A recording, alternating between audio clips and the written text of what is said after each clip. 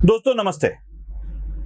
महाराष्ट्र की विधानसभा में जो हंगामा हुआ, उस हंगामे के बाद मतलब भूतपूर्व विधान परिषद के विपक्ष के नेता धनंजय मुंडे और भूतपूर्व मंत्री धनंजय मुंडे ने जो भी कुछ घोषणाएं दी, उसके बाद भारतीय जनता पार्टी के दो नेताओं को दिल पर बड़ी ठेस पहुंची होगी। और वो ठेस दो नेताओं के दिल पर पहुंची होगी। एक है भारतीय जनता पार्टी के मुंबई के नेता अतुल भातखळकर और दूसरे नेता है देवेंद्र फडणवीस। इनके दिल को बहुत बुरा लगा होगा। अब ये क्यों, ये बताने से पहले मैं आपको एक कथा बताना चाहता हूं। सुन लीजिए, बड़ी इंटरेस्टिंग कथा है। एक साधुओं का झुंड है जो भिन्न भिन्न तीर्थ स्थलों पर दर्शन करते आगे बढ़ रहा है।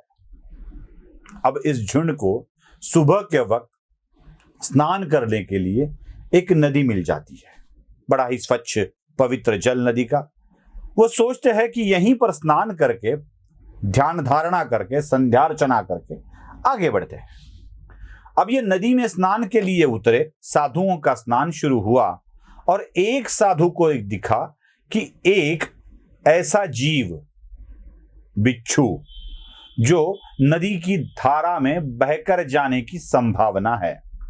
तो साधु ने सोचा कि यह नदी के धारा में बहकर जाने से अच्छा है कि मैं इसको बचा लूं, अपने इसमें हाथों में लेके पानी के साथ उसको किनारे पर डाल दूं, बच जाएगा बेचारा। साधु ने बिच्छू को बचाने के लिए जल के साथ बिच्छू को अपने हाथ में लिया और जैसे ही बिच्छू साधु के हाथ में आया, उसने एक डंक मार दिया। बड़ा ही जहरीला और तीखा डंक था बिच्छू का। साधु ने उसे तुरंत छोड़ दिया। फिर से एक बार साधु ने उस बिच्छू को अपने हाथ में पकड़ा, बिच्छू ने फिर उसको डंक मारा, फिर से छोड़ दिया। यह सिलसिला लगातार 3-4 बार चलता रहा। साधु के हाथ लहूलुहान हो गए, क्योंकि जहां काटा था वहां से खून बहना शुरू हो गया था। अब वो खून भी नदी के पानी के साथ बहकर जा रहा था, लेकिन साधु ने बिच्छू को बचाना नहीं छोड़ा। आखिर साधु यशस्वी हो गए।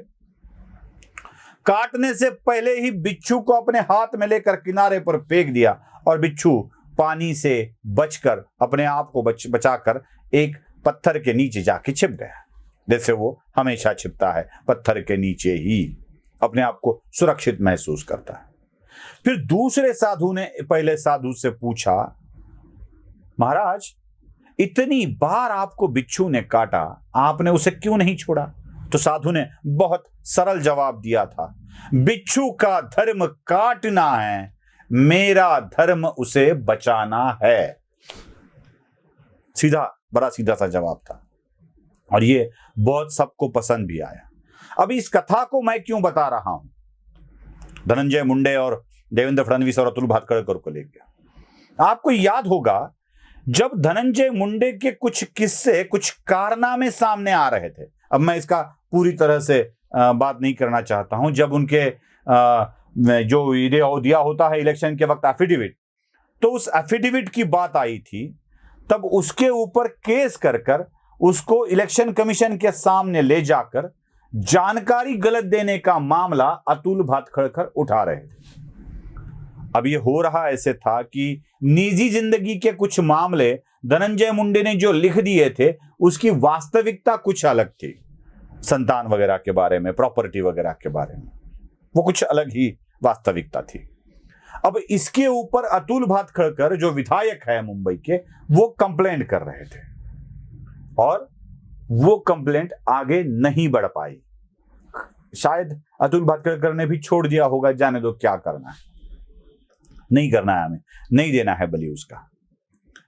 ऐसे माना जाता है कि देवेंद्र फडणवीस के बहुत निकटवर्तीय है धनंजय मुंडे, बहुत ही निकटवर्तीय है। मतलब पंकजा मुंडे के साथ नहीं बनती है अपनी ही पार्टी के, लेकिन धनंजय मुंडे के साथ उनकी अच्छी बनती है, ऐसा बोला जाता है। मैं ये दावा नहीं कह रहा हूं, ऐसा बोला जाता है। अब धनंजय मुंडे, जो कि गोपीनाथ मुंडे के भतीजे है, भाई के लड़के हैं, और पंकजा मुंडे गोपीनाथ मुंडे की लड़की है, बेटी है उनकी। तो धनंजय मुंडे के लिए हर बार सामने आ रहे थे देवेंद्र फडणवीस।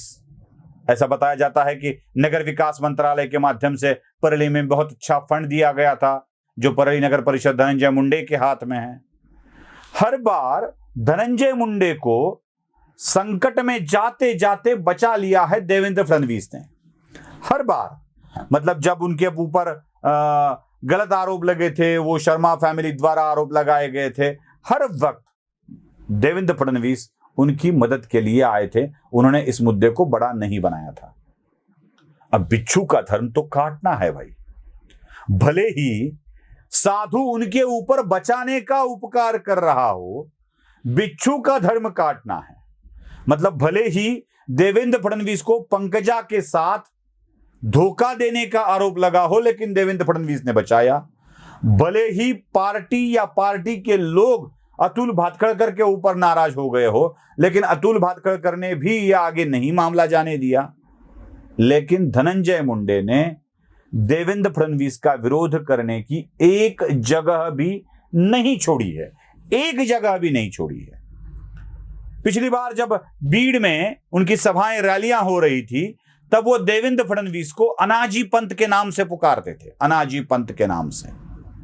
जो अनाजी पंत शिवकाल के इतिहास से भी चला आ रहा है वो नाम, और जिसको अभी अभी शिवकाल का गद्दार घोषित किया गया है वो टीवी सीरियल द्वारा।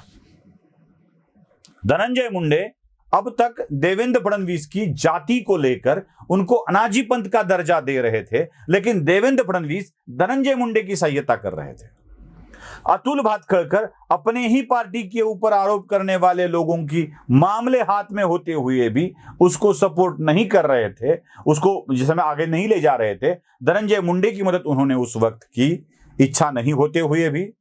लेकिन धनंजय मुंडे उसी चीज को लेकर विधान भवन के सामने अपने विरोधी दल का होने का कर्तव्य निभा रहे थे। बहुत ही बुरा लगा होगा भारतीय जनता पार्टी के इन दो नेताओं को। अब साधु होंगे तो बचाना उनका धर्म है, इनका धर्म काटना है, विरोधी दल का धर्म काटना है, सरकार को कंट्रोल करना है। ये तो होने ही वाला है। इसलिए दोनों ने अपना अपना धर्म निभाया होगा। लेकिन उस बिच्छू ने जिस तरह से साधु को काट काट कर लहूलुहान कर दिया था, उसी तरह इन दोनों के हृदय को भी शायद धनंजय मुंडे की इन घोषणाओं ने लहूलुहान कर दिया होगा। वीडियो पसंद आए तो लाइक, शेयर और सब्सक्राइब जरूर कीजिएगा। धन्यवाद।